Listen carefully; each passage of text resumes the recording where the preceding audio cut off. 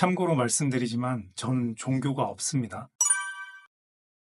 2013년 3월 저는 신혼여행으로 이탈리아에 여행을 왔었습니다.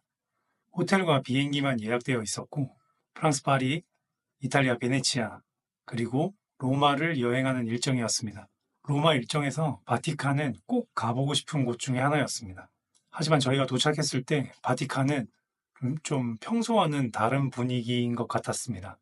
외부에도 사람이 굉장히 많았지만 성 베드로 대성당에는 정말 많은 사람들이 있었습니다. 전 세계에서 사람들이 계속 모여들고 있었고 시스티나 성당은 일반인들에게는 폐쇄된 상태였었습니다. 그 이유는 바로 콘클라베, 교황을 선출하는 비밀 선거가 막 시작되었기 때문이었습니다. 그래서 당시 저희는 천장화로 유명했었던 시스티나 성당을 들어갈 수 없었습니다. 미켈란젤로의 그 위대한 작품을 두 눈으로 직접 보는 그 현실을 나중으로 미뤄야 했죠. 아쉬움은 컸지만 그 시스티나 성당으로 연결된 복도를 걷는 것만으로도 뭔가 경건함이 좀 몰려오는 느낌이었습니다. 수세기 동안 반복되어 온 이 전통의 한복판에 우리도 어딘가 관객으로서 존재하고 있다는 이 감각이 묘하게 울림을 줬습니다. 우리가 로마를 떠난 며칠 후 세상은 새로운 교황의 이름을 알게 되었습니다.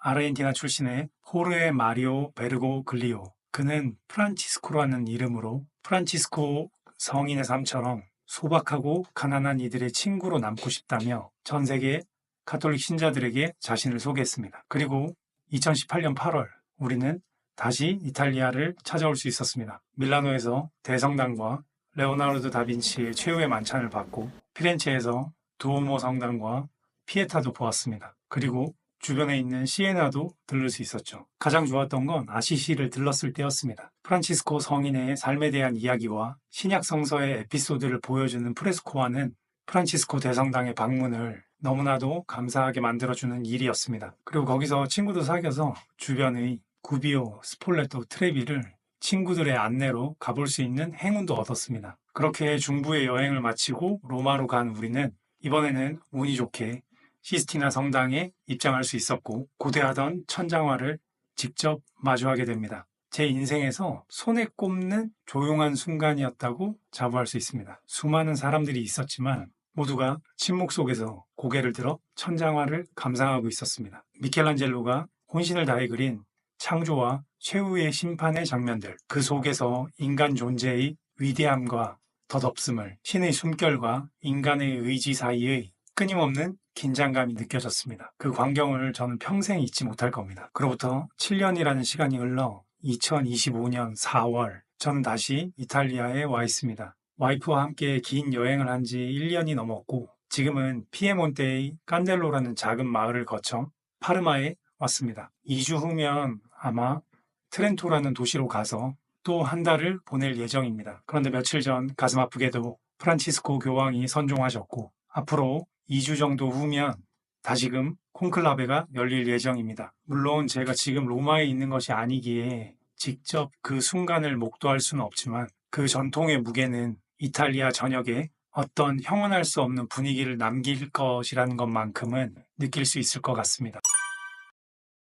깐델로에 있을 때 저희는 콘클라베라는 영화를 보았습니다. 우연이었죠. 영화는 수많은 사제들이 한 공간에 모여 기도하고 선택하고 토론하고 포기하고 다시 선택하는 그 과정을 담담히 그려낸 작품이었습니다. 간간히 정치적인 문제와 인간 본성에 관련된 문제들이 나왔지만 콘클라베 자체에 대한 표현이 너무나 잘 되어 있다고 생각했습니다. 하지만 이 영화는 콘클라베를 잘 표현하기 위한 영화가 아닙니다. 제가 느낀 것은 콘클라베는 하나의 과정일 뿐, 영화 속에서 반복적으로 던져지는 질문, 그리고 영화를 본 다음 저에게 느껴지는 단 하나의 질문은 바로 진정 중요한 것은 무엇인가?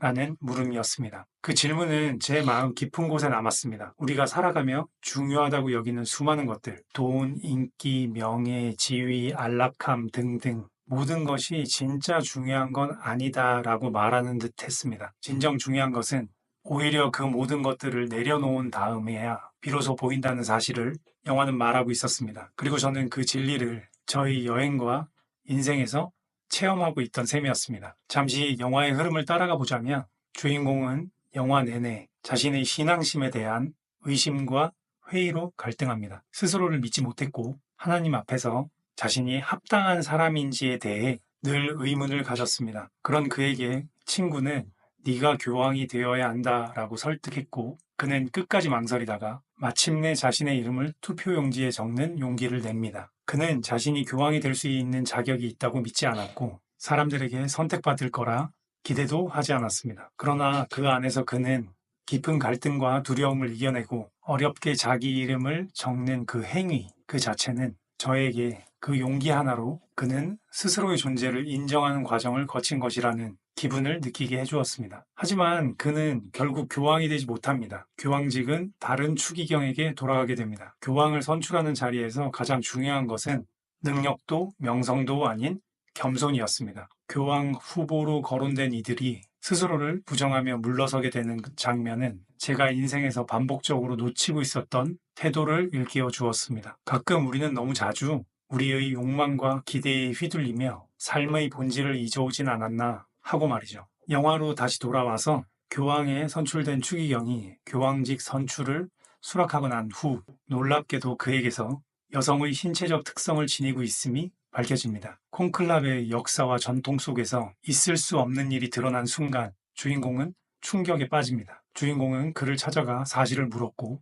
교황으로 선출된 이는 이렇게 말합니다. 나는 아버지 하나님이 주신 그대로입니다. 그 말을 들은 주인공은 충격을 받지만 곧 깊은 깨달음에 이릅니다. 하나님 앞에서 중요한 것은 인간의 자격이나 외형, 전통이 아니라 존재의 진실성과 신 앞에서의 겸허함이라는 것을 그는 자신의 내면의 회의와 두려움을 통과해 이제는 누군가를 있는 그대로 받아들이고 신뢰할 수 있는 사람이 된 것입니다. 주인공은 마침내 교황이 된 인물의 이름을 세상에 공표합니다. 그의 목소리는 흔들림이 없었고 눈빛은 따뜻했습니다. 그 선택은 단순한 수용이 아니었습니다. 그것은 자신의 의심, 자신의 불완전함, 자신의 고정관념을 모두 내려놓은 뒤에야 가능한 결단이었습니다. 그 순간 저는 깨달았습니다. 진정한 믿음은 나 자신에 대한 신념을 넘어서 타인을 향한 절대적인 신뢰로 확장될 때 더욱 빛난다는 것을, 그리고 그것이 영화가 던진 질문, 진정 중요한 것은 무엇인가?에 대한 가장 깊은 대답이었습니다. 우리는 종종 자격, 조건, 외형, 과거에 매달려 진실을 놓치곤 합니다. 영화가 나에게 묻고 영화가 알려주는 답은 진정 중요한 것은 외형이나 관습이 아니라 있는 그대로의 존재를 받아들이는 용기이며 그 존재가 품은 진심을 읽는 우리의 시선이라고 말이죠. 그것은 세상이 정한 자격이 아니라 본질을 바라보는 안목이라고 말하는 것처럼 느껴졌습니다. 저는 시스티나 성당의 천장화를 처음 보았을 때 고개를 들고 신의 세계를 올려다보는 듯 했습니다. 그러나 지금 다시 떠오르는 이미지는 교황 즉위를 선포하고 조용히 퇴장하는 노사제의 모습입니다. 진정 중요한 것은 바로 그런 순간에 드러나는 겸손함과 책임감, 그리고 자기 자신에 대한 진실한 이해가 아닐까라고 생각해 봅니다. 여행도 마찬가지입니다. 때때로 우리는 유명한 장소나 찬란한 유산만을 쫓습니다. 그러나 진정한 여행은 그 안에서 우리가 무엇을 느끼고 어떤 깨달음을 얻으며 어떻게 자신을 마주하는가에 달려있는 것 같습니다. 콘클라베는 더 이상 교황의 선출이나 바티칸만의 이야기는 아닙니다. 그것은 우리 모두가 인생의 갈림길에서 맞닥뜨리는 선택의 순간, 마음의 회의, 그리고 결국엔 내려놓음의 미학에 대한 은유라고 생각합니다. 저는 지금 파르마라는 작은 도시에서 다시 한번 저에게 묻습니다. 그리고 여러분 스스로에게도 질문해 보라고 말씀드리고 싶습니다. 진정 중요한 것은 무엇인가? 인생에서 마주하는 수많은 갈등과 판단의 순간, 결국 우리가 기억해야 할 것은 이것일 겁니다. 진정 중요하다고 생각하는 건 정말 많을 겁니다. 사랑으로 바라보는 눈, 두려움 대신 신뢰를 선택하는 마음, 조건 없는 수용으로 서로를 안아주는 용기 같은 것들 말이죠. 이것이야말로 나와 세상을 변화시키고 새롭게 하는 씨앗이 아닐까라고 생각해 봅니다. 프란치스코 교황의 삶이 우리에게 보여준 답은 어쩌면 이렇게 요약할 수 있을 것 같습니다. 사랑하고 경청하고 내려놓아라. 저는 여행을 떠나와서 매일 아침 와이프와 차를 마시고 이야기를 나눕니다. 도시나 마을의 고요한 전경을 바라보며 사람들과의 대화 속에서 또 걷는 골목길 하나하나에서 지금 이 순간에 깃든 소중함을 되새기고 있습니다. 그렇게 프란치스코 교황의 삶과 죽음, 영화 속의 이야기, 그리고 저의 이탈리아 여행은 모두 한 가지 메시지로 수렴됩니다. 진정 중요한 것은 무엇인가? 이제는 조금 알 것 같습니다. 부족해도 용기 내보는 것, 완벽하지 않아도 서로를 사랑하는 것, 거짓이 빠를지라도 진실로 돌아가는 것, 이런 것들이요. 진정 중요한 것들은 늘 가까이 있을 겁니다. 그것은 수많은 여행지의 리스트가 아니라 그 여정에서 발견하는 내면의 울림이며 아주 작고 조용한 일상의 풍경 속에 숨어 있습니다. 제 여행의 영상이 단순한 장소 소개나 일정 정리, 정보 전달에 머무는 것이 아니라 그 안에 담긴 깨달음과 질문을 나누는 일임을 알았습니다.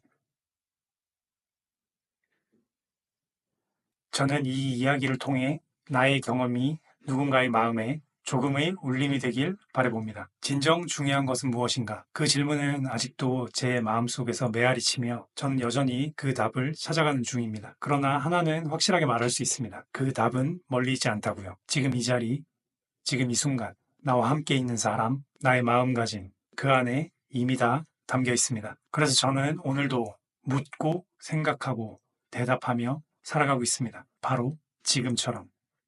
감사합니다.